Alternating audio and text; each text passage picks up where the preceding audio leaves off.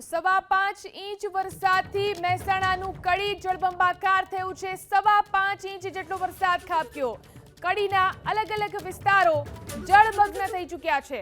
મહેસાણા જિલ્લાની અંદર મેઘરાજાની ધમાકેદાર બેટિંગ થઈ। કડીમાં ધોધમાર વરસાદ થતા જળબંબાકારની સ્થિતિ સર્જાઈ।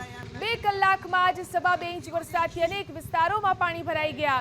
નીચાણવાળા વિસ્તારોમાં આવેલા મકાનોની અંદર પાણી ઘૂસી જતા લોકોને ખૂબ જ મુશ્કેલીનો સામનો કરવો પડ્યો। આ સાથે જ બહુચરાજીમાં પણ વરસાદ વરસ્યો છે।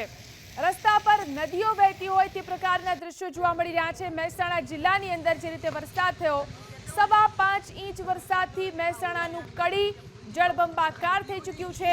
કડીના અલગ અલગ વિસ્તારો જળમગ્ન થઈ ચૂક્યા છે।